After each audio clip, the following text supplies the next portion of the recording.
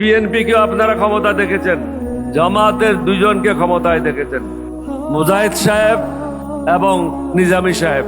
2008 সালে আমরা কয়েকজন ছাড়া, নিজামী সাহেব ছাড়া, আলী হাসান, মুজাহিদ ছাড়া বাকি সবাই দুর্নীতির দায়ে জেলে আবদ্ধ ছিল।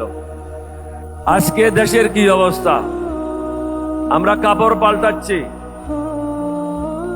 নাম পাল্টাচ্ছি, কিন্তু দুর্নীতি থেকে আমরা বেরোতে আসতে পারি নাই, চাঁদাবাজির থেকে বেরোতে আসতে পারি নাই। আমরা যারা আজকে মঞ্চে বসে আছি, আমরা আজকে আমাদের জীবনের শেষ যুদ্ধ। এই যুদ্ধ হবে 1971 সালে যে স্বপ্ন ছিল, সেই স্বপ্ন বাস্তবায়ন করা।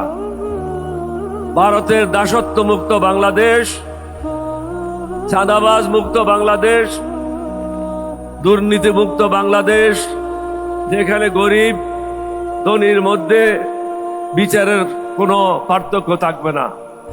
এখন একটা বড় লোক থানায় গেলে তাকে আদরের সম্বর্ধনা জানিয়ে ভিতরে নেওয়া হয়, গরিবকে বাইরে রাখা হয়, কারণ সমাজে ইনসাফ নাই। আমরা যারা এখানে আছি, আমরা ওয়াদাবদ্ধ, নতুন বাংলাদেশ আমরা আপনাদেরকে উপহার দিতে চাই। সমগ্র জাতিকে চিন্তা করতে হবে।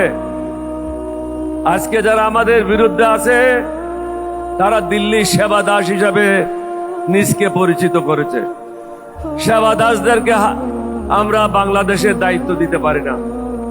সেবা দাসদের সাথে আমরা বাংলাদেশকে হস্তান্তর করতে পারি না। তাদের হাত থেকে দেশকে যে কোনো উপায়ে মুক্ত করতে হবে। মুক্ত করার